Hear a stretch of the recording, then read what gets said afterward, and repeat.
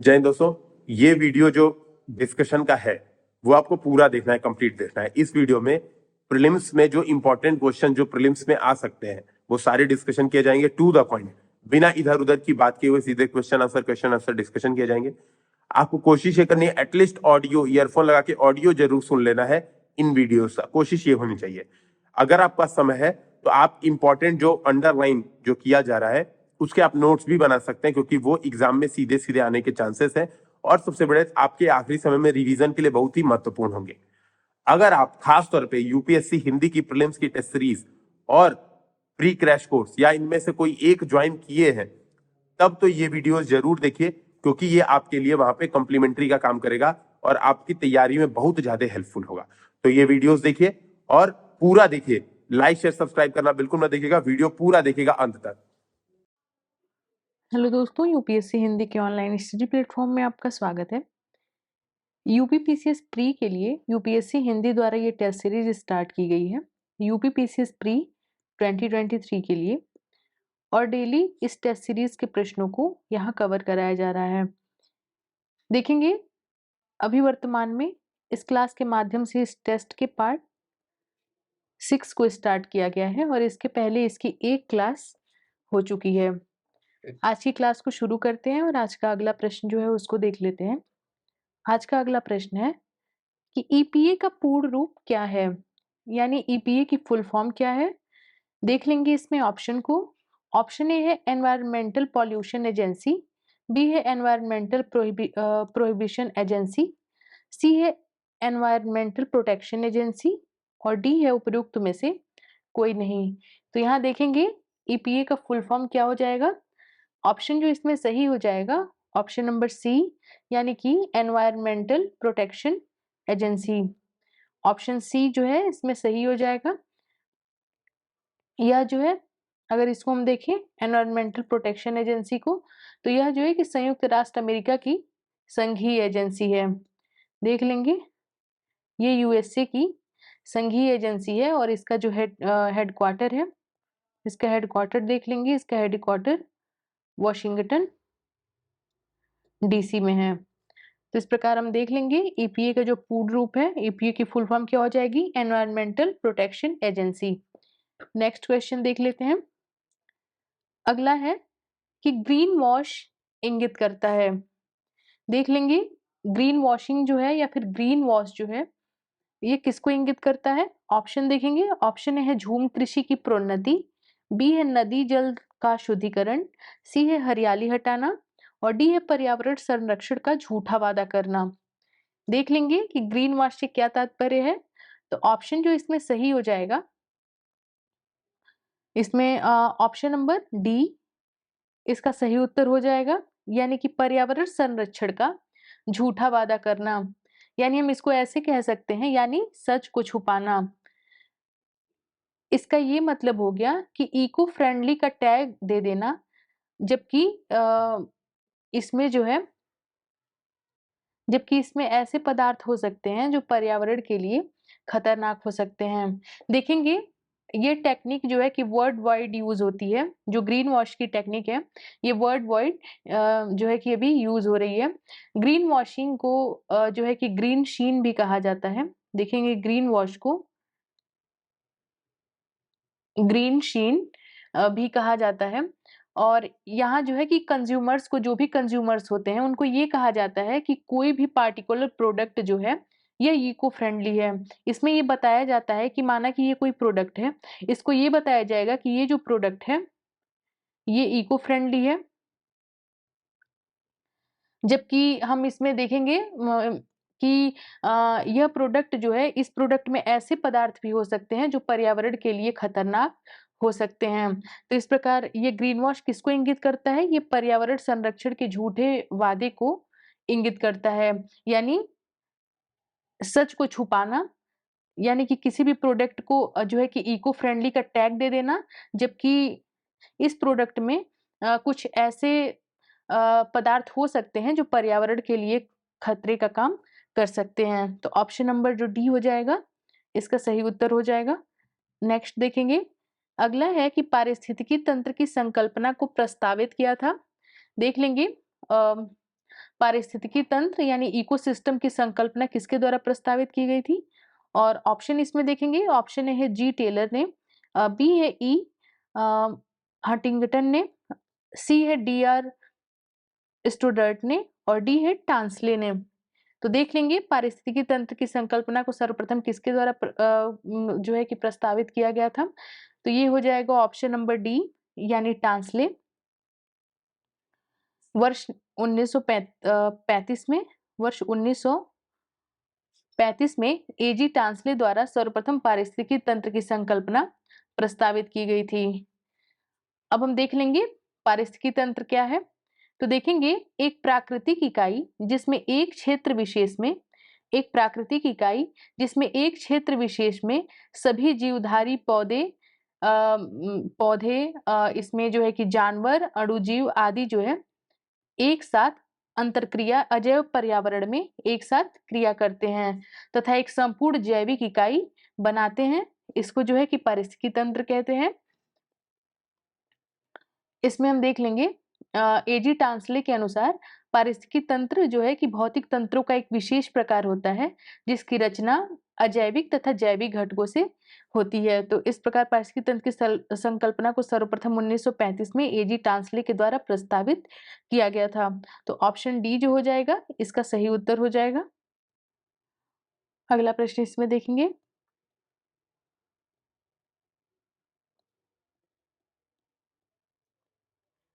देख लेंगे next question है कि नीचे दो वक्तव्य दिए गए हैं जिसमें एक को अभिकथन व दूसरे को कारण आर कहा गया है। जिसमें जो है कि एक को अभिकथन ए तथा दूसरे को कारण आर कहा गया है। इसमें हम अभिकथन को देख लेते हैं।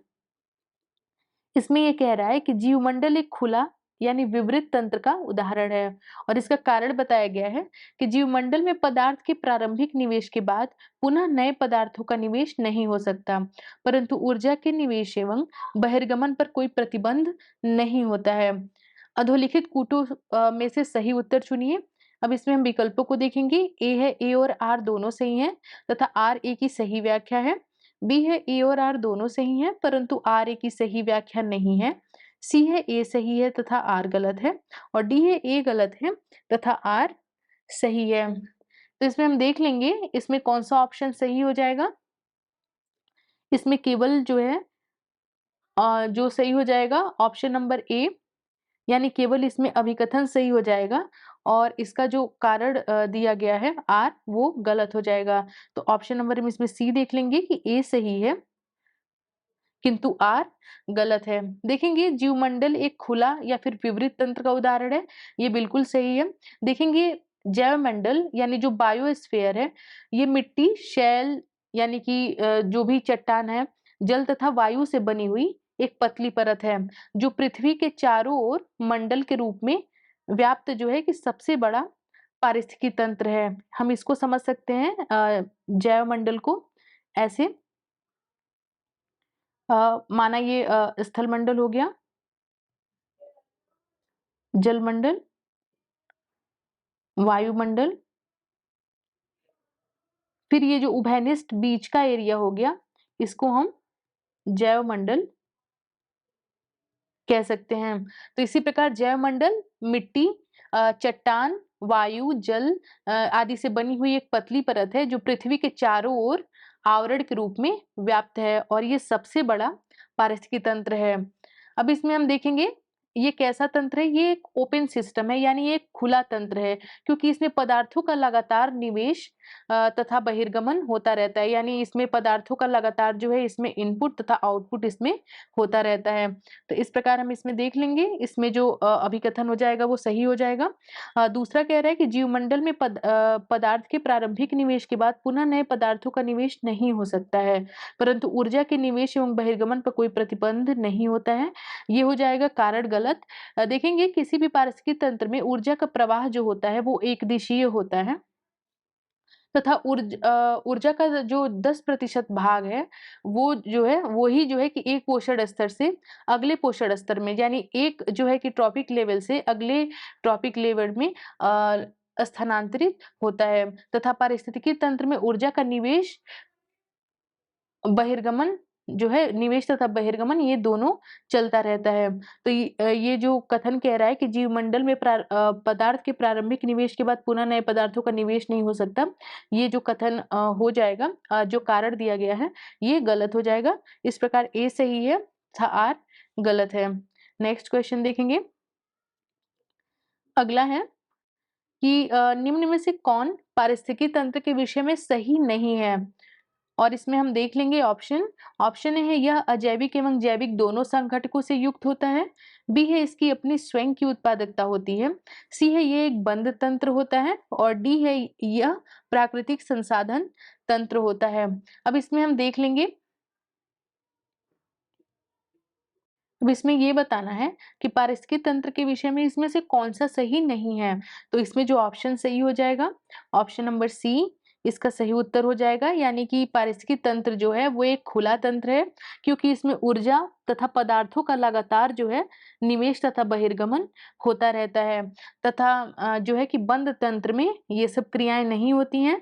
इसलिए देखेंगे कि पारिस्थितिकी तंत्र के विषय में कौन सा इसमें से ऑप्शन सही नहीं है। तो ऑप्शन नंबर सी इसका सही उत्तर हो जाएगा। अगला प्रश्न देख लेंगे। अगला प्रश्न है कि पृथ्वी का सर्वाधिक बृहद पारिस्थितिकी तंत्र निम्नलिखित में से कौन सा है। और इसमें हम देखेंगे ऑप्शन ए है जलमंडल, बी है जीवोम, सी है स्थलमंडल और डी है जैवमंडल। तो इसमें देख लेंगे कि पृथ्वी का सर्वाधिक बृहद पारिस्थितिकी तंत्र निम्न में से कौन सा है। तो ऑप्शन जो इसमें सही हो जाएगा, ऑप्शन नंबर डी इसका सही उत्तर हो जाएगा, यानी जैवमंडल। अभी हमने जैवमंडल को समझा कि जैवमंडल वह क्षेत्र है जो जलमंडल, स्थलमंडल व वायुमंडल का उभयनिष्ठ भाग है। देख लेंगे, जैवमंडल वो क्षेत्र है जो जलमंडल, स्थलमंडल तथा वायुमंडल का उभयनिष्ठ जो भाग है वो जैवमंडल है।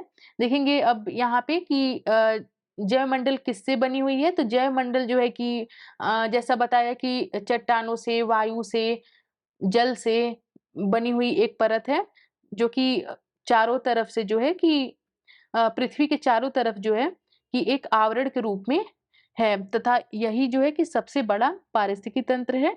तो ऑप्शन नंबर जो इसका डी हो जाएगा वो सही हो जाएगा। अगला प्रश्न देख लेंगे।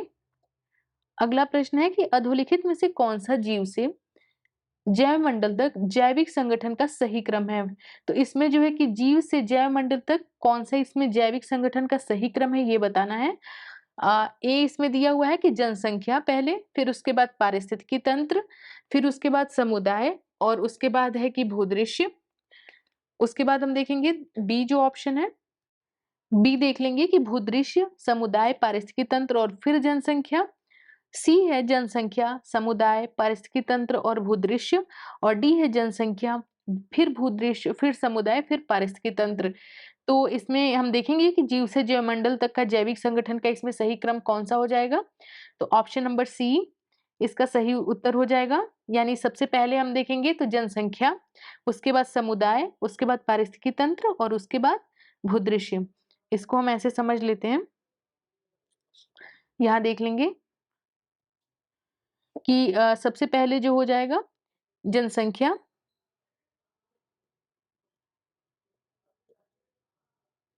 सबसे पहले हम इसको हो जाएगा कि ऐसे जनसंख्या, उसके बाद इस जनसंख्या में हम समुदाय को देख लेंगे।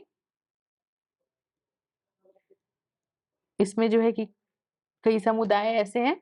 उसके बाद हम इसके बाद हम पारिस्थितिकी तंत्र को देखेंगे। अगर पारिस्थितिकी तंत्र को देखेंगे तो इसमें हम ऐसे देख सकते हैं।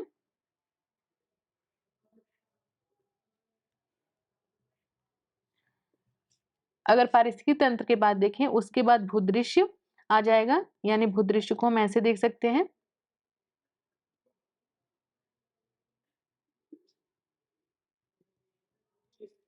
अब इसमें हम देखेंगे सबसे पहले कि एक ही जाति के जीवधारियों की संख्या को उनकी जनसंख्या कहा जाता है। तो जनसंख्या ये हो गया।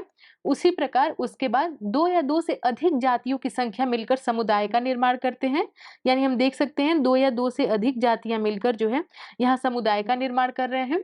उसके आगे हम देखेंगे कि कई समुदाय मिलकर पारिस्थितिकी तंत्र का निर्माण करते हैं, यानी ये कई समुदाय मिलकर यहाँ पारिस्थितिकी तंत्र का निर्माण करते हैं। तथा अगर हम भूदृश्य को देखें तो एक निश्चित भू क्षेत्र या फिर भूदृश्य में एक या उससे अधिक पारिस्थितिकी तंत्र पाए जा सकते हैं। तो उसी प्रकार ये जो यहाँ हो गया, ये भूदृश्य हो गया, और इसमें जो है कि सही क्रम क्या हो गया कि जनसंख्या, समुदाय, पारिस्थितिकी तंत्र और उसके बाद भूदृश्य, और ऑप्शन नंबर जो सी हो जाएगा इसमें सही उत्तर हो जाएगा। नेक्स्ट देख लेते हैं, अगला देखेंगे।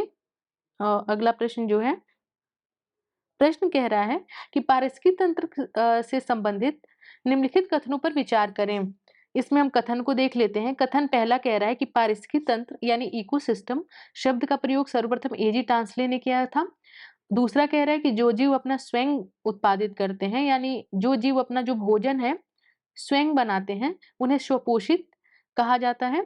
और तीसरा कह रहा है कथन कि प्रकाश संश्लेषण की प्रक्रिया द्वारा उपभोक्ता अपने भोजन का उपभोग करता है। और चौथा है कि वियोजक अकार्बनिक पदार्थ को कार्बनिक पदार्थ में परिवर्तित करते हैं। उपयुक्त में से कौन सा सही हो जाएगा? तो देख लेंगे, इसमें विकल्प जो है ए है 1 और 2, बी है 2 और 4, सी है 1 और 3 और डी है 1 और 4। इसमें ऑप्शन कौन सा सही हो जाएगा? ऑप्शन नंबर ए इसका सही उत्तर हो जाएगा, यानी इसमें से पहला और दूसरा कथन सही है। देखेंगे पारिस्थितिकी तंत्र इको या फिर इकोसिस्टम शब्द का प्रयोग जो किया गया था वो एजी टांसले द्वारा सर्वप्रथम किया गया था, तो पहला कथन सही हो जाएगा। अगर पारिस्थितिकी तंत्र के अंतर्गत देखें तो जैविक संगठनों के दो प्रमुख भागों में इनको विभाजित किया जाता है। इसमें पहला हो जाएगा स्वपोषित संगठन और दूसरा हो जाएगा परपोषित संगठक। तो इस प्रकार ये कह रहा है कि जो जीव अपना भोजन स्वयं उत्पादित करते हैं उन्हें स्वपोषित कहते हैं, ये बिल्कुल सही है। और परपोषी जीव किसे कहेंगे? ये पर जो स्वपोषित जीव होते हैं वो प्रकाश संश्लेषण तथा रसायन संश्लेषण द्वारा जो है अपना आहार जो है वो स्वयं बनाते हैं। तो इस प्रकार ये दूसरा कथन सही हो जाएगा। तो ये हो गए स्वपोषी। अब परपोषी, परपोषी क्या हो जाएंगे? तो इसमें जो है कि ये प्रकाश संश्लेषण नहीं करते हैं तथा कार्बनिक पदार्थों को अकार्बनिक पदार्थों में ये परिवर्तित कर देते हैं। तो इस प्रकार परपोषी जो होते हैं वो प्रकाश संश्लेषण की क्रिया नहीं करते तथा अपना भोजन जो है कि प्रकाश संश्लेषण की उपस्थिति में नहीं बनाते हैं। तो इस प्रकार इसमें जो ऑप्शन सही हो जाएगा ऑप्शन नंबर ए, यानी कि 1 और 2 इसमें जो है कथन सही हो जाएगा। नेक्स्ट देख लेते हैं, अगला है कि नीचे दिए गए दो कथन दिए गए हैं जिसमें एक को अभिकथन ए और दूसरे को कारण आर कहा गया है। और इसमें अभिकथन ए जो है उसको देख लेंगे। ये कह रहा है कि पारिस्थितिकीय तंत्र के विविध अवयव आपस में एक दूसरे पर निर्भर नहीं है और इसका कारण दे रहा है कि मानव क्रियाओं से वातावरण प्रभावित होता है। नीचे दिए गए कूट का सही उत्तर चुनिए। ए है कि ए और आर दोनों सत्य हैं और आर ए की सही व्याख्या करता है। बी है ए और आर दोनों सत्य हैं किंतु आर ए की सही व्याख्या नहीं करता है। सी है ए सत्य है किंतु आर गलत है।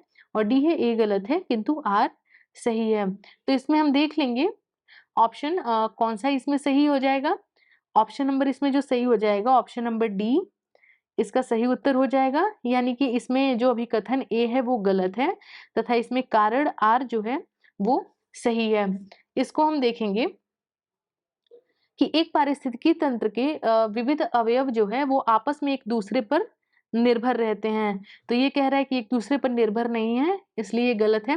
देखेंगे पारितंत्र जो है वो जैविक और अजैविक घटकों से मिलकर बनी हुई एक रचना है तथा पारिस्थितिकी तंत्र में अजैव तत्वों की जैविक प्रावस्था में परिवर्तन तथा ये जो जैविक तथा अजैविक इनका रूप है, इनको जो है कि अगर इनके रूप को देखें तो यही जो है कि भूजैव रासायनिक चक्र का निर्माण करते हैं। तो इस प्रकार हम इसको देख सकते हैं। इसमें जो पहला कथन हो जाएगा गलत कि विविध अवयव आपस में एक दूसरे पर निर्भर नहीं है। तो देखेंगे कि पारिस्थितिकी तंत्र के विविध अवयव जो हैं वो आपस में एक दूसरे पर निर्भर करते हैं। तो इस प्रकार पहला जो गलत हो जाएगा और दूसरा जो हो जाएगा वो सही हो जाएगा कि मानव क्रियाओं द्वारा वातावरण प्रभावित होता है। नेक्स्ट क्वेश्चन देखेंगे, अगला है कि सबसे अधिक स्थिर पारिस्थितिकी तंत्र कौन सा है। और इसमें हम ऑप्शन देख लेंगे। ऑप्शन ए है सागरीय, ऑप्शन बी है वन, ऑप्शन सी है पर्वतीय और ऑप्शन डी है मरुस्थलीय। और इसमें हम देखेंगे कौन सा ऑप्शन सही हो जाएगा। तो ऑप्शन नंबर ए इसका सही उत्तर हो जाएगा, यानी कि सागरीय। देखेंगे सागरीय या फिर महासागरीय पारिस्थितिकी तंत्र सबसे अधिक स्थिर पारिस्थितिकी तंत्र है। अगर सागरीय पारिस्थितिकी तंत्र को देखें तो यह जो है कि अपनी रासायनिक संरचना के कारण स्थिर रहता है। सागरीय जल को देखें तो सागरीय जल खारा होने के साथ ही देखेंगे घुलित ऑक्सीजन, उसी के साथ साथ प्रकाश व तापमान के स्थिर रहने के कारण जो है कि सबसे स्थिर तंत्र माना जाता है। यानी जो सागरीय जल है वो खारा होने के साथ साथ ही इसमें जो है कि डिजॉल्व ऑक्सीजन, प्रकाश व तापमान स्थिर रहने के कारण जो है कि सबसे स्थिर तंत्र है। तो सबसे अधिक स्थिर पारिस्थितिकी तंत्र कौन सा है? तो ऑप्शन नंबर ए इसका सही उत्तर हो जाएगा। नेक्स्ट क्वेश्चन देखेंगे। अगला है कि निम्नलिखित में से किसका पारिस्थितिक संतुलन से संबंध नहीं है? और इसमें हम ऑप्शन को देखेंगे। ऑप्शन ए है जल प्रबंधन, बी है वन रोपण, सी है औद्योगिक प्रबंधन और डी है वन्यजीव सुरक्षा। और इसमें हम देख लेंगे कि किसका जो है कि पारिस्थितिकी संतुलन से संबंध नहीं है। तो इसमें हम ऑप्शन देख लेंगे। पहला है जन प्रबंधन, वन रोपण, औद्योगिक प्रबंधन और वन्यजीव सुरक्षा। तो इसमें ऑप्शन जो सही हो जाएगा ऑप्शन नंबर सी इसका सही उत्तर हो जाएगा, यानी औद्योगिक प्रबंधन का जो है पारिस्थितिक संतुलन से कोई संबंध नहीं है। देखेंगे जल प्रबंधन, उसी प्रकार हम देखें वन रोपण तथा वन्यजीव सुरक्षा, ये तीनों जो है कि पारिस्थितिक संतुलन को जो है कि सकारात्मक रूप से प्रभावित करते हैं। और औद्योगिक प्रबंधन से पारिस्थितिकी संतुलन का कोई प्रत्यक्ष संबंध नहीं है। इस कारण इसका जो ऑप्शन नंबर जो सी हो जाएगा वो सही हो जाएगा। नेक्स्ट देखेंगे कि किसी निश्चित क्षेत्र में प्राणियों की संख्या की सीमा जिसे पर्यावरण समर्थन कर सकता है कहलाती है। और इसमें हम देखेंगे ऑप्शन ए है जनसंख्या, बी है वहन क्षमता, सी है संख्या या फिर जैव द्रव्यमान का पिरामिड और डी है उपरोक्त में से कोई नहीं। तो इसमें हम देख लेंगे ऑप्शन जो सही हो जाएगा ऑप्शन नंबर बी इसका सही उत्तर हो जाएगा, यानी कि किसी निश्चित क्षेत्र में प्राणियों की संख्या की सीमा जिसे पर्यावरण समर्थन कर सकता है उसको जो है कि वहन क्षमता कहते हैं। देखेंगे वहन क्षमता अथवा जनसंख्या वहन क्षमता जो कैरिंग कैपेसिटी है वो किसी भौगोलिक क्षेत्र के परितंत्र में किसी जीवधारी प्रजाति की उस अधिकतम जनसंख्या के रूप में परिभाषित की जा सकती है जिसे उस परितंत्र के संसाधन जो है पोषण प्रदान करते हैं। तो इस प्रकार हम देख लेंगे ऑप्शन बी इसका सही उत्तर हो जाएगा। नेक्स्ट है कि एक घास स्थलीय पारिस्थितिकी तंत्र के खाद्य श्रृंखला में विभिन्न घटकों का सही क्रम कौन सा है? तो इसमें हम सही क्रम देख लेंगे। देखेंगे घास, टिड्डा, मेढक और सर्प। बी है टिड्डा, मेढक, घास और सर्प। सी है अ, घास, टिड्डा, सर्प और मेढक और डी है टिड्डा, सर्प, मेढक और घास। देखेंगे ये खाद्य श्रृंखला बताना है। तो इसमें जो है कि विभिन्न घटकों का इसमें सही क्रम कौन सा हो जाएगा? ऑप्शन इसमें कौन सा सही हो जाएगा? तो देखेंगे ऑप्शन नंबर ए इसका सही उत्तर हो जाएगा, क्योंकि अन्य को हम देखें तो देखेंगे टिड्डे को मेढक टिड्डे को मेढक खाएगा और जो है कि घास मेढक को खाएगी, तो ये जो हो जाएगा वैसे ही गलत हो जाएगा। घास टिड्डा खाएगा, टिड्डे को सर्प खाएगा और जो है कि सर्प को मेढक खाएगा, तो ये भी हो जाएगा, ये गलत हो जाएगा। और यहाँ जो दिया हुआ है कि टिड्डा सबसे पहले, तो टिड्डे टिड्डे को सर्प खाएगा, सर्प को मेढक खाएगा और जो है कि घास मेढक को खाएगी, ये भी आर श्रृंखला गलत हो गई। तो इस कारण इसमें जो है कि पहला हम देख लेंगे, यानी कि घास को टिड्डा खाएगा और इस टिड्डे को मेढक खाएगा और इस मेढक को सांप के द्वारा खाया जाएगा। तो ये एक आहार श्रृंखला बन गई और इसमें जो ऑप्शन सही हो गया ऑप्शन नंबर ए इसका सही उत्तर हो गया। नेक्स्ट देखेंगे अगला। अगर हम इसमें देखें, इसमें एक चीज और समझ लेंगे, इसमें उत्पादक और प्राथमिक उपभोक्ता को भी समझ लेंगे। जैसे हम इसमें देखेंगे कि घास जो है वो क्या है, इसमें घास जो है वो उत्पादक है उसी प्रकार टिड्डा, टिड्डा को देखेंगे, टिड्डा इसमें क्या है, ये प्राथमिक उपभोक्ता है, ये प्राथमिक उपभोक्ता है। फिर उसके बाद टिड्डे के बाद क्या है, मेढक, मेढक क्या हो जाएगा, मेढक इसमें द्वितीयक उपभोक्ता हो जाएगा। फिर मेढक को कौन देखेंगे, तृतीयक उपभोक्ता, यानी मेढक को जब सांप खाएगा तो सर्प क्या हो जाएगा, ये तृतीयक उपभोक्ता हो जाएगा। उस प्रकार इस प्रकार हम समझ सकते हैं, घास जो हो जाएगी वो उत्पादक हो जाएगी, उसके बाद टिड्डा जो हो जाएगा वो प्राथमिक उपभोक्ता, और मेढक जो द्वितीयक उपभोक्ता, और सांप जो है वो तृतीयक उपभोक्ता हो जाएगा। देख लेंगे अगला। अगला है कि इनमें से कौन खाद्य श्रृंखला का निर्माण करता है, और इसमें भी जो है कि खाद्य श्रृंखला कोई पूछा है। इसमें हम देख लेंगे, ए है घास, गेहूं, आम, कोई एक श्रृंखला नहीं बनी इसकी। बी इसमें कह रहा है कि बकरा, कौवा और हाथी। सी है घास, बकरा, आदमी, और डी है घास, मछली, बकरा। तो इसमें खाद्य श्रृंखला का निर्माण कौन सा कर रहा है, तो ऑप्शन नंबर सी इसका सही उत्तर हो जाएगा। यानी हम इसमें देख सकते हैं कि प्रश्नानुसार जो विकल्प दिए गए हैं उसमें घास, बकरा, आदमी ही जो है खाद्य श्रृंखला के सही रूप को प्रतिबिंबित करता है। इसमें देखेंगे खाद्य श्रृंखला का क्रम क्रमशः जो है कि प्राथमिक उत्पादक, प्राथमिक उपभोक्ता, द्वितीय उपभोक्ता तथा तृतीय उपभोक्ता होता है। और इसमें हम देख लेंगे घास को, तो घास जो है कि प्राथमिक उत्पादक है, प्राथमिक उपभोक्ता नहीं, प्राथमिक उत्पादक है।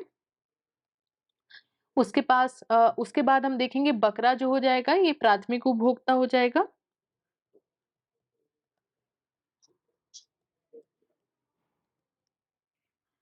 तथा आदमी जो हो जाएगा वो द्वितीय उपभोक्ता हो जाएगा।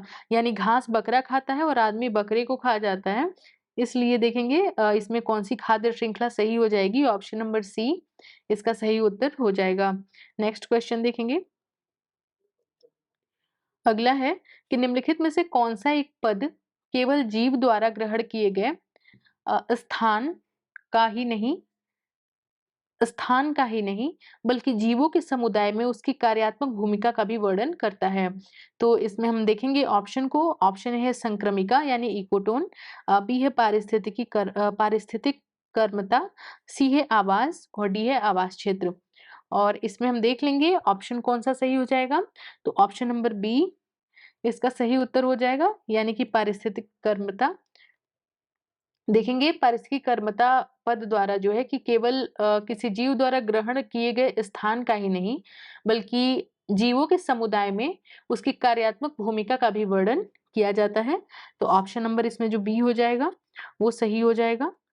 इसमें हम अगला देख लेंगे। अगला जो है प्रश्न है कि पारितंत्रों में खाद्य श्रृंखलाओं के संदर्भ में निम्नलिखित कथनों पर विचार करें। और इसमें हम देख लेंगे कथन दिए गए हैं। पहला कथन कह रहा है कि खाद्य श्रृंखला उस क्रम का निर्देशन करती है जिसमें जीवों की एक श्रृंखला एक दूसरे के आहार द्वारा पोषित होती है। दूसरा कथन कह रहा है कि खाद्य श्रृंखला एक जाति की समष्टि के अंतर्गत पाई जाती है। और तीसरा कह रहा है कि खाद्य श्रृंखला उस प्रत्येक जीव की संख्याओं का जो दूसरे के द्वारा खाई जाती है निर्देशन करती है। अब इसमें से बताना है कौन सा कथन सही है। और विकल्प दिए हैं, ए केवल एक, बी है एक और दो, सी है एक, दो और तीन, और डी है कोई नहीं। तो देख लेंगे इसमें कौन सा ऑप्शन सही हो जाएगा। तो इसमें जो है कि ऑप्शन नंबर ए सही हो जाएगा, यानी इसमें केवल जो पहला जो है वो कथन सही है। देखेंगे पारिस्थितिकी तंत्र में ऊर्जा का अंतरण जो है वो क्रमबद्ध स्तरों की एक सीरीज में होता है, एक श्रृंखला में होता है जिसे खाद्य श्रृंखला कहते हैं। और पारिस्थितिकी तंत्र के विभिन्न जीव जैसे कि पेड़ पौधे, जंतु अपनी पोषण संबंधी आवश्यकताओं के अनुसार जो है एक दूसरे पर निर्भर रहते हैं। तो इसमें हम देख लेंगे तो यही कह रहा है कि खाद्य श्रृंखला उस क्रम का निदर्शन करती है जिसमें जीवों की एक श्रृंखला एक दूसरे के आहार द्वारा पोषित होती है यानी निर्भर होती है। तो ये बिल्कुल सही है। दूसरा कह रहा है कि खाद्य श्रृंखला एक जाति की समष्टि के अंतर्गत पाई जाती है। तो इसमें हम देखेंगे तो खाद्य श्रृंखला विभिन्न जाति की समष्टि के अंतर्गत पाई जाती है, ना कि एक जाति के। तो ये जो कथन हो जाएगा गलत हो जाएगा। और तीसरा है कि खाद्य श्रृंखला उस प्रत्येक जीव की संख्याओं का जो दूसरों के द्वारा खाई जाती है निदर्शन करती है। तो इसमें हम देखें तो खाद्य श्रृंखला में जो है कि जीवों की निर्भरता का विश्लेषण नहीं पाया जाता है। इस कारण जो है कि ये भी कथन जो हो जाएगा वो गलत हो जाएगा। और इसमें ऑप्शन नंबर ए जो हो जाएगा वो सही उत्तर हो जाएगा। अगला हम देखेंगे। अगला है कि समुद्री वातावरण में मुख्यतः प्राथमिक उत्पादक होते हैं। और इसमें ए जो कह रहा है कि फाइटोप्लैंक्टन्स, बी है समुद्री अपतृण, सी है समुद्री आवृतबीजी और डी है जलीय ब्रायोफाइट्स। तो देख लेंगे समुद्री वातावरण में मुख्य प्राथमिक उत्पादक कौन होते हैं। तो ऑप्शन जो इसमें सही हो जाएगा ऑप्शन नंबर ए इसका सही उत्तर हो जाएगा यानी फाइटोप्लैंक्टन्स। देखेंगे समुद्री खाद्य श्रृंखला में फाइटोप्लैंक्टन्स जो होते हैं वो मुख्य प्राथमिक उत्पादक होते हैं और ये जो है कि प्रकाश संश्लेषण की प्रक्रिया द्वारा ऊर्जा प्राप्त करते हैं। पृथ्वी के वायुमंडल में उपस्थित ऑक्सीजन की अधिकतर मात्रा के लिए जो है कि ये फाइटोप्लैंक्टन्स ही उत्तरदायी होते हैं। तो समुद्री वातावरण में ये पूछ रहा है कि मुख्य प्राथमिक उत्पादक कौन होते हैं। तो ऑप्शन नंबर ए इसका सही उत्तर हो जाएगा। नेक्स्ट है कि प्रथम पोषक स्तर के अंतर्गत आते हैं। तो देखेंगे जो प्रथम पोषक स्तर है उसके अंतर्गत कौन आते हैं। ऑप्शन इसमें देख लेंगे शाकाहारी जंतु, बी है मांसाहारी जंतु, सी है सर्वभक्षी जंतु और डी है हरित पादप। और इसमें कौन सा ऑप्शन सही हो जाएगा। ऑप्शन नंबर डी इसका सही उत्तर हो जाएगा यानी कि हरित पादप यानी कि जो हरे पेड़ पौधे हैं।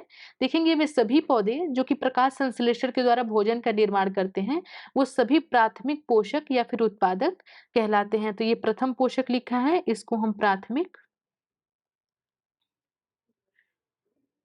उत्पादक भी कह सकते हैं। तो ऑप्शन डी इसका सही हो जाएगा।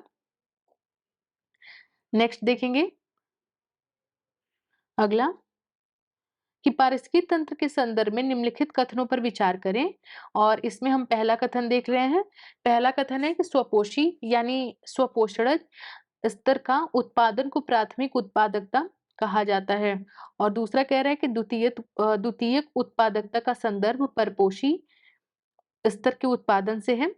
तो इसमें हम देख लेंगे उसमें से कौन सा कथन सही हो जाएगा। ऑप्शन इसमें हम देखेंगे ए है केवल एक, बी है एक और दो दोनों, सी है केवल दो और डी है ना तो एक और ना ही दो। और इसमें कौन सा ऑप्शन सही हो जाएगा। तो ऑप्शन नंबर बी इसका सही उत्तर हो जाएगा यानी कि इसमें से दोनों कथन हो जाएंगे वो सही हो जाएंगे। देखेंगे पारिस्थितिकी तंत्र में जैविक घटकों को दो प्रमुख भागों में जो है कि विभाजित किया जाता है। यहाँ देख सकते हैं जैविक संगठन,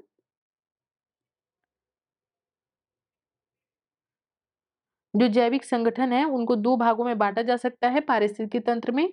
एक को हो जाएगा स्वपोषी, दूसरे में हो जाएगा परपोषी।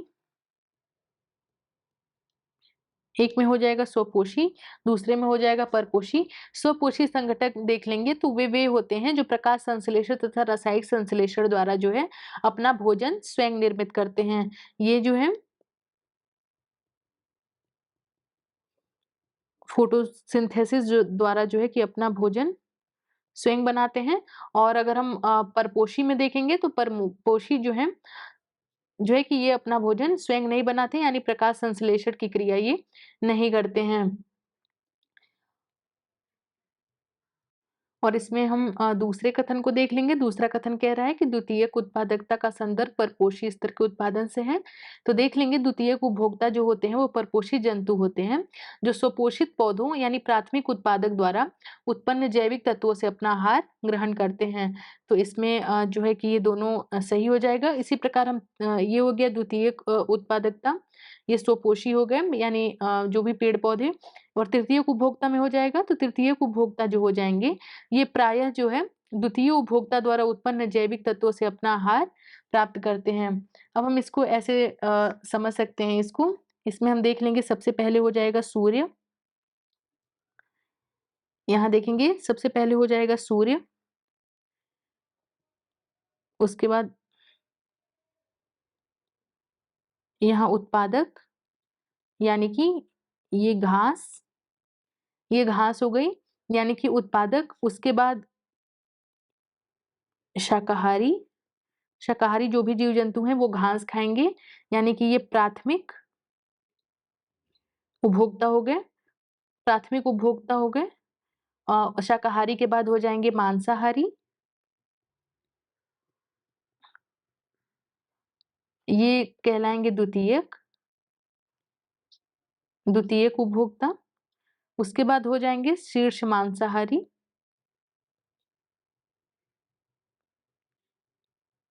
उसके बाद हो जाएंगे शीर्ष मांसाहारी, और ये जो हो जाएंगे ये तृतीयक उपभोक्ता हो जाएंगे, ये तृतीयक उपभोक्ता हो जाएंगे। तो इस प्रकार ये स्तर हमने देखा। सूर्य के प्रकाश से उत्पादक जो हैं या हरे पेड़ पौधे, ये अपना भोजन स्वयं बनाते हैं यानी ये स्वपोषी हैं, और इनको जो है कि शाकाहारी जानवरों द्वारा खाया जाता है। तो ये प्राथमिक उपभोक्ता हो गए जो शाकाहारी हो गए। फिर जो है कि इन शाकाहारी पेड़ पौधों, जो शाकाहारी ये जीव हैं उनको मांसाहारी जीवों के द्वारा खाया जाता है, तो ये द्वितीयक उपभोक्ता हो जाए। और सबसे ऊपर जो हो गया वो शीर्ष मांसाहारी जो है यानी तृतीयक उपभोक्ता हो गए। तो ये जो है कि दर्शाया गया है ऊर्जा प्रवाह को। ऊर्जा प्रवाह को हम ऐसे देख सकते हैं। तो इसमें हम देख लेंगे, इसमें जो है कि दोनों सही हो जाएगा यानी ऑप्शन नंबर बी। नेक्स्ट है कि निम्नलिखित युग्मों में से कौन सा सही सुमेलित है। इसमें सबसे पहले पर्वत कह रहा है कि पर्वत सर्वाधिक स्थायी पारिस्थितिकी तंत्र होते हैं। बी है अजैविक अवयव यानी जो जीवाणु है वो अजैविक अवयव है। सी है हरे पेड़ पौधे पारिस्थितिकी तंत्र, और डी है वर्षा ग्लोबल वार्मिंग से संबंधित है। तो इसमें से कौन सा सही सुमेलित है। ऑप्शन जो इसमें सही हो जाएगा ऑप्शन नंबर सी, इसका सही उत्तर हो जाएगा यानी कि हरे पेड़ पौधे जो है पारिस्थितिकी तंत्र से सही सुमेलित हैं। तो ये विकल्प जो हो जाएगा वो सही हो जाएगा। और सर्वाधिक स्थायी पारिस्थितिकी तंत्र को देखें तो ये पर्वत ना होकर के क्या हो जाएगा, यहाँ हो जाएगा महासागर। सर्वाधिक स्थायी पारिस्थितिकी तंत्र जो है वो महासागर है। उसी प्रकार जीवाणु को देखें तो ये जैविक अवयव है न कि अजैविक अवयव। तो ये जैविक अवयव हैं जो जीवाणु होते हैं। इस प्रकार ये दूसरा जो मिलान है वो भी गलत हो जाएगा। और तीसरा कह रहा है कि ग्लोबल वार्मिंग जो वर्षा से संबंधित है, तो ग्लोबल वार्मिंग के लिए जो है कि जलवाष्प, कार्बन डाइऑक्साइड, मीथेन आदि गैसें उत्तरदायी हैं। देख लेंगे जलवायु, ग्लोबल वार्मिंग के लिए जलवाष्प, कार्बन डाइऑक्साइड, मीथेन आदि उत्तरदायी है, ना कि वर्षा। तो इस प्रकार ये भी जो हो जाएगा डी ऑप्शन वो गलत हो जाएगा। तो इसमें सही सुमेलित कौन सा है, ऑप्शन सी इसका सही उत्तर हो जाएगा। नेक्स्ट देख लेते हैं। अगला है कि निम्नलिखित में से कौन सा एक आहार श्रृंखला का सही क्रम है। और इसमें यहाँ ये आहार श्रृंखला दी हुई है, देखेंगे ये समुद्री आहार श्रृंखला यहाँ पे दी हुई है। ये जो है समुद्री आहार श्रृंखला दी हुई है और इसमें जो है कि सही क्रम बताना है। तो इसमें ए है डाइटम, उसके बाद क्रस्टेशियाई, उसके बाद हेरिंग। बी है क्रस्टेशियाई, डाइटम और हेरिंग। और सी है डाइटम, हेरिंग और क्रस्टेशियाई। और डी है क्रस्टेशियाई, हेरिंग और डाइटम। और इसमें हम देखेंगे कौन सा ऑप्शन सही हो जाएगा, यानी एक साधारण समुद्री आहार श्रृंखला का सही क्रम इसमें कौन सा हो जाएगा। तो ऑप्शन नंबर ए इसका सही उत्तर हो जाएगा यानी डाइटम, क्रस्टेशियाई और हेरिंग। इसमें डाइटम जो हो जाएगा ये स्वपोषी हो जाएगा। उसी प्रकार क्रस्टेशियाई को देख लेंगे तो ये शाकाहारी उपभोक्ता हो जाएगा यानी प्राथमिक उपभोक्ता शाकाहारी। और हेरिंग को देख लेंगे तो हेरिंग जो है कि मांसाहारी उपभोक्ता हो जाएगा। तो इस प्रकार देखेंगे समुद्री आहार श्रृंखला का सही क्रम, तो ऑप्शन नंबर ए इसका सही उत्तर हो जाएगा। नेक्स्ट देखेंगे। अगला है कि निम्न में से कौन सा सही है। पहला कह रहा है कि जैवमंडलीय पारिस्थितिकी तंत्र में ऊर्जा का प्रवाह एक दिशीय होता है, और बी है जैवमंडलीय पारिस्थितिकी तंत्र में ऊर्जा का प्रवाह चक्रीय होता है। सी कह रहा है कथन कि पारिस्थितिकी तंत्र में बढ़ते पोषण स्तर के साथ ऊर्जा का सापेक्षिक क्षय घट जाता है और घटता जाता है। और डी है प्रगामी बढ़ते पोषण स्तरों के साथ प्रजातियां सुलभ ऊर्जा का उपयोग करने में कम दक्ष होती हैं। तो इसमें हम देख लेंगे ऑप्शन इसमें कौन सा सही हो जाएगा। इसमें ऑप्शन नंबर ए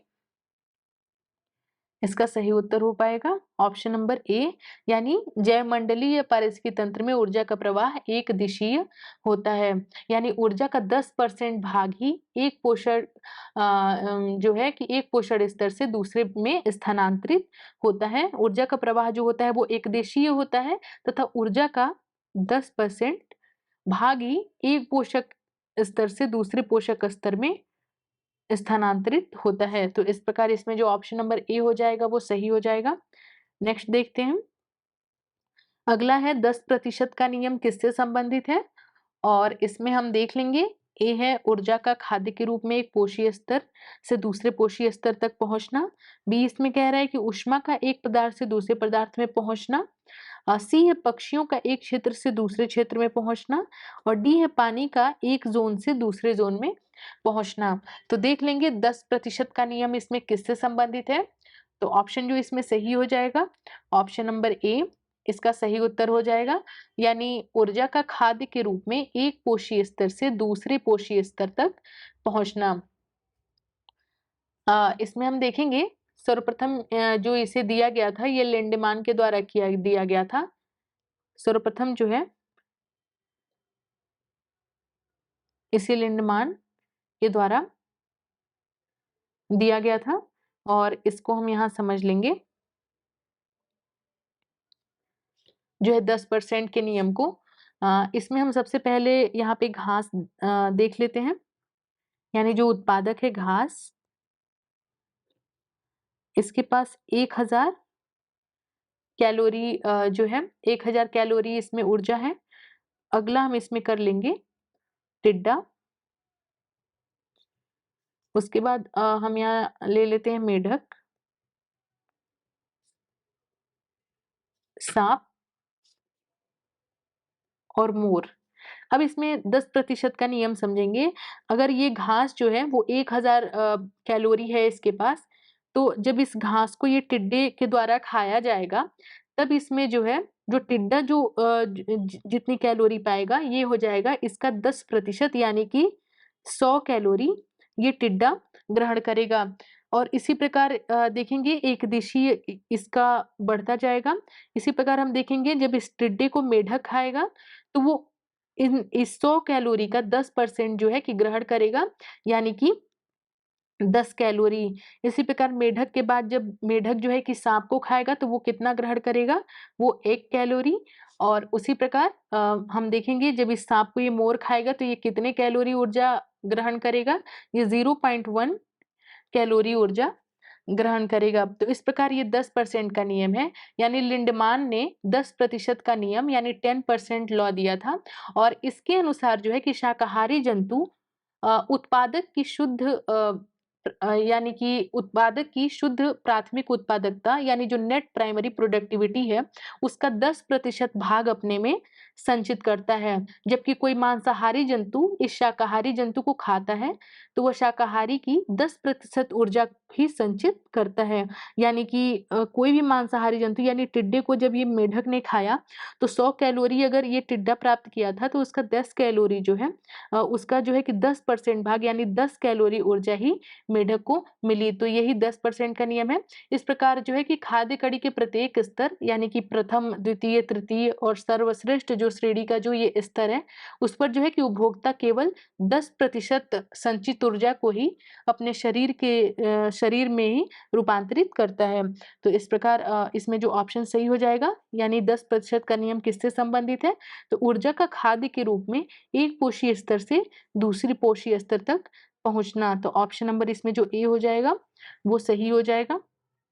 नेक्स्ट है कि पारिस्थितिकी तंत्र का प्रेरक बल होता है, और इसमें हम ऑप्शन देख लेंगे। ए है कार्बोहाइड्रेट्स, बी है कार्बन, सी है बायोमास और डी है सौर ऊर्जा। तो देख लेंगे पारिस्थितिकी तंत्र का प्रेरक बल, तो ऑप्शन नंबर इसमें जो सही हो जाएगा, ऑप्शन नंबर डी इसका सही उत्तर हो जाएगा, यानी कि सौर ऊर्जा। देखेंगे पारिस्थितिकी तंत्र में सौर ऊर्जा प्रकाश संश्लेषण की प्रक्रिया से उत्पादकों द्वारा फंस जाती है, और यह ऊर्जा जो है अब विभिन्न पोषण स्तरों के अन्य सभी जीवों को प्रदान की जाती है। तो इस प्रकार प्रेरक बल जो होता है वो सौर ऊर्जा होती है। तो ऑप्शन डी इसका सही उत्तर है। नेक्स्ट है, अगला हम इसमें देखेंगे कि पारिस्थितिकी तंत्र में उच्चतम पोषण स्तर प्राप्त है, और इसमें हम ऑप्शन देख लेंगे। ए है शाकाहारी को, बी है मांसाहारी को, सी है सर्वाहारी को और डी है अपघटक को। तो इसमें हम देखेंगे ऑप्शन कौन सा सही हो जाएगा। ऑप्शन नंबर सी इसका सही उत्तर हो जाएगा, यानी सर्वाहारी को। देखेंगे इकोसिस्टम की आहार श्रृंखला में सामान्यतः 3 से 4 पोषण स्तर होते हैं, और इसमें जो है कि सर्वाहारी को उच्चतम पोषण स्तर प्राप्त है। तो ऑप्शन नंबर जो सी हो जाएगा इसका सही उत्तर हो जाएगा। नेक्स्ट है कि जीव भार का पिरामिड किस पारिस्थितिकी तंत्र में उलट जाता है, यानी जैव भार का जो पिरामिड बनता है किस पारिस्थितिकी तंत्र में उल्टा बनता है। तो इसमें हम ऑप्शन देख लेंगे। ए है वन, बी है घास स्थल, सी है तालाब और डी है शुष्क स्थल। तो ऑप्शन जो इसमें सही हो जाएगा, ऑप्शन नंबर सी इसका सही उत्तर हो जाएगा, यानी कि तालाब। देखेंगे पारिस्थितिकी तंत्र के विभिन्न स्तरों के प्रति इकाई क्षेत्र में जो है उपस्थित जीव भार का जो पिरामिड बनता है उसी को जो है कि जीव भार का पिरामिड कहते हैं। वहीं हम अगर स्थलीय पारिस्थितिकी तंत्र में देखें तो जीव भार का पिरामिड जो बनता है वो सदैव सीधा बनता है, ये स्थलीय पारिस्थितिकी तंत्र में। वहीं जबकि जलीय पारिस्थितिकी तंत्र को जैसे जैसे हम तालाब को देख लेंगे, समुद्र को देख लेंगे, इस आदि में जो है जीव भार का बायोमास का जो पिरामिड बनता है वो उल्टा बनता है, यानी इन्वर्टेड बनता है। तो ये स्थल में जो है कि हमेशा जैव भार का पिरामिड सीधा तथा यहाँ जो है जल में उल्टा बनता है। तो इस प्रकार इसमें जो ऑप्शन सही हो जाएगा, ऑप्शन नंबर सी इसका सही उत्तर हो जाएगा। नेक्स्ट है जैव वानिकी।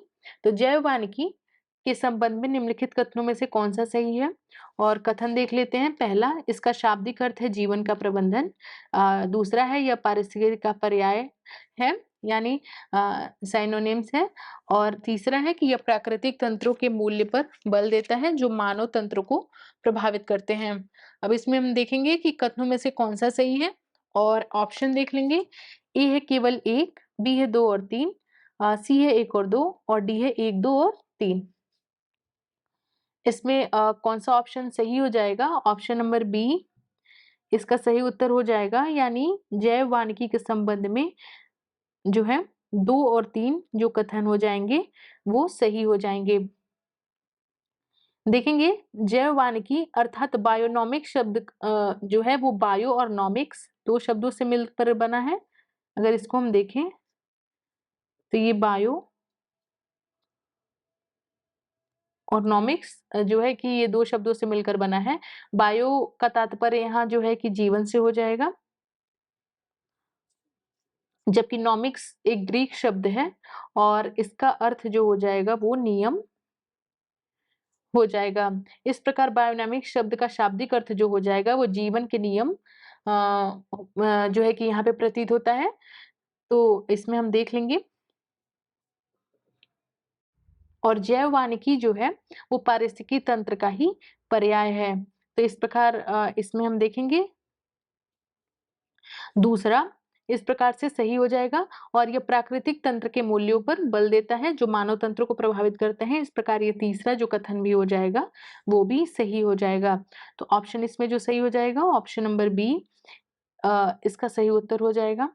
नेक्स्ट क्वेश्चन है, अगला है कि कुछ कारणोंवश यदि तितलियों की जाति तितलियों की स्पेशीज है उनकी संख्या में बड़ी गिरावट होती है तो इसके संभावित परिणाम क्या हो सकते हैं। और इसमें पहला कह रहा है कि कुछ पौधों के परागण पर प्रतिकूल प्रभाव पड़ सकता है और दूसरा है कि कुछ कृषि पौधों में कवकीय संक्रमण प्रचंड रूप से बढ़ सकता है और तीसरा कह रहा है कि इसके कारण बर्रों, मकड़ियों और पक्षियों की कुछ प्रजातियों की समष्टि में गिरावट हो सकती है। और इसमें देखा दिया गया है कि नीचे दिए गए कूट का प्रयोग कर सही उत्तर चुनें। इसमें ए है केवल 1, बी है केवल 1 और 3, सी है 2 और 3 और डी है 1, 2 और 3। और इसमें कौन-सा ऑप्शन सही हो जाएगा?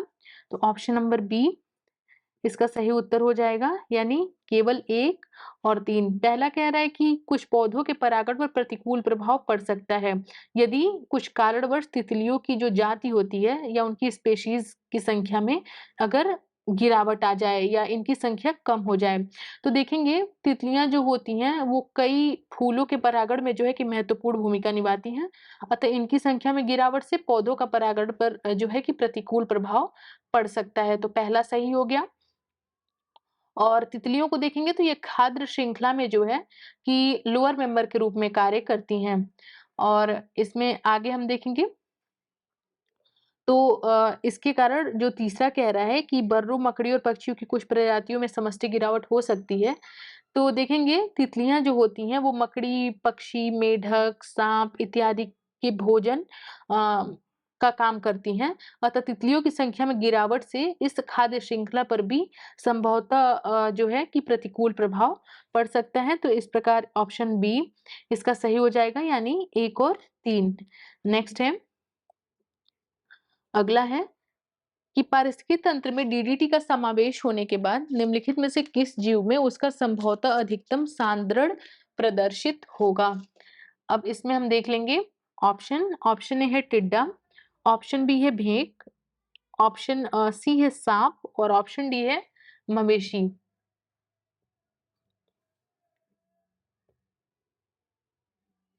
तो इसमें हम देख लेंगे ऑप्शन कौन सा सही हो जाएगा। ऑप्शन नंबर सी इसका सही उत्तर हो जाएगा, यानी कि सांप।